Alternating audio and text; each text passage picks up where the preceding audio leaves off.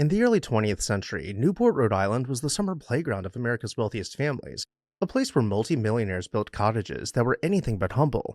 Among these opulent mansions stood Villa Rosa, a pastel yellow palatial estate crowned with a copper dome. Hi everyone, Ken here. Hit that subscribe button and let's explore this house. James Haggin did not begin life as a Newport aristocrat. He was born in Kentucky in 1822. Young James trained as a lawyer, but destiny soon carried him westward. In 1850, he joined the California Gold Rush, teaming up with financier Lloyd Tevis and prospector George Hearst. He plunged into mining ventures that struck unimaginable riches. Their operations spanned California's goldfields and Nevada's Comstock Lode, then expanded to the vast silver and copper mines of Montana, Utah, and the Dakotas. At their peak, Haggin and his partners controlled an estimated 80% of the world's copper supply, a near monopoly that minted them a fortune. Haggin's business empire stretched beyond mining. He acquired 400,000 acres in California and 10,000 acres in Kentucky, ran railroads, and even co-founded faraway companies like the Cerro de Pasco Mining Company in Peru. The scale of his enterprises was staggering. All the success made Haggin extraordinarily wealthy. By 1914, his estate was valued at over $50 million, around $1.6 billion in today's money. In the 1870s, he built the first mansion on San Francisco's Nob Hill, a 32,000 square foot, 61-room showplace where he hosted grand balls for society's elite. That mansion famously burned down in the aftermath of the 1906 earthquake, mere hours after Haggin had thrown an after-opera party. Later in New York City, Haggin constructed a 5-story marble mansion on Fifth Avenue, a residence so large that it spanned an entire corner lot and cost $700,000 to build in 1903. It was unfortunately lost to the March of Progress. He also maintained Elmendorf Farm in Kentucky, which became the world's largest thoroughbred horse breeding farm by the 1890s.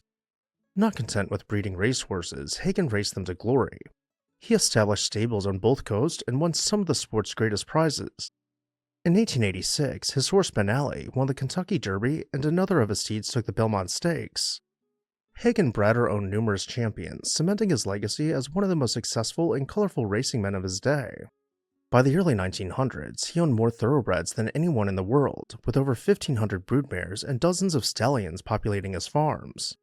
Such accomplishments painted Haggin as the very image of a Gilded Age tycoon, wealthy, worldly, and ready to enjoy the high life. Yet for many years, one thing was missing from his life of gilded opulence, a partner by his side. His first wife, Eliza Jane Sanders, passed away in 1893, leaving the widower a lonely figure.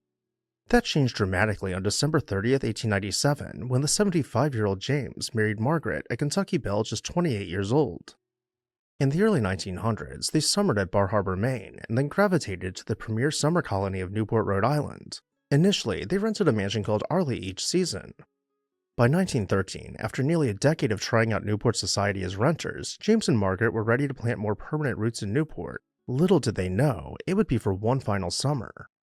When James decided to buy a Newport cottage of his own, he set his sights on one of the avenue's most imaginative residences, Villa Rosa. This mansion was not built by the Haggins. It was commissioned in 1900 by Mr. and Mrs. E. Rollins Morse of Boston. The Morses had grand plans and a prime location on prestigious Bellevue Avenue, right next door to the now famous Elms Mansion. In true Gilded Age fashion, Morse and his wife Marian were not afraid to make a statement. They demolished at least 2 earlier Victorian-era houses on adjacent lots in order to create a single expansive estate for their new dream home. For the design, the Morses hired Ogden Codman Jr. to deliver a neoclassical tour de force that came to be known as Villa Rosa. Completed around 1901, Villa Rosa was widely praised as one of Codman's most successful country houses.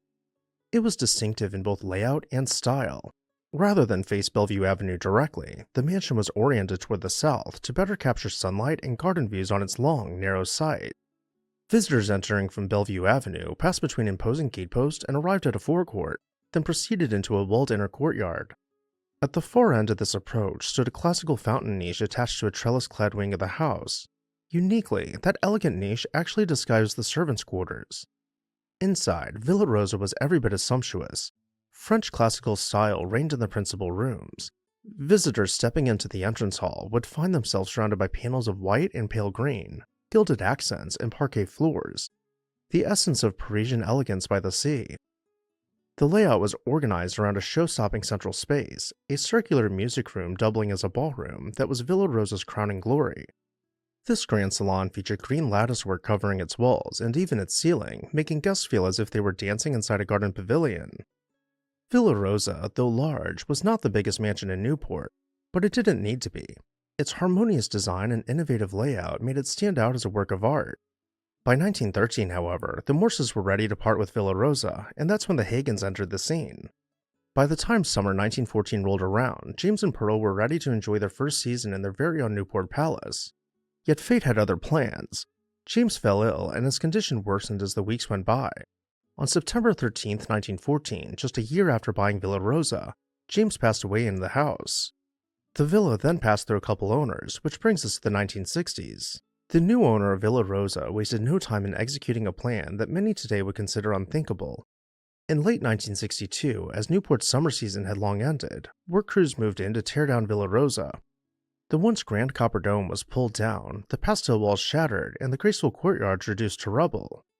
This destruction was done rather hastily. Reportedly, the house was knocked down in December 1962 specifically to avoid paying property taxes for the upcoming year. Today, if you drive along that stretch of Bellevue, you will see a nondescript apartment building and would hardly guess that an elegant dome-top villa and manicured grounds were once there. And with that, I'll turn it over to you. What did you think about Villa Rosa, or maybe one of the Haggins' other mansions caught your eye? Either way, let me know down below in the comments section, and while you're there, make sure you're subscribed so you never miss an exciting episode of This House.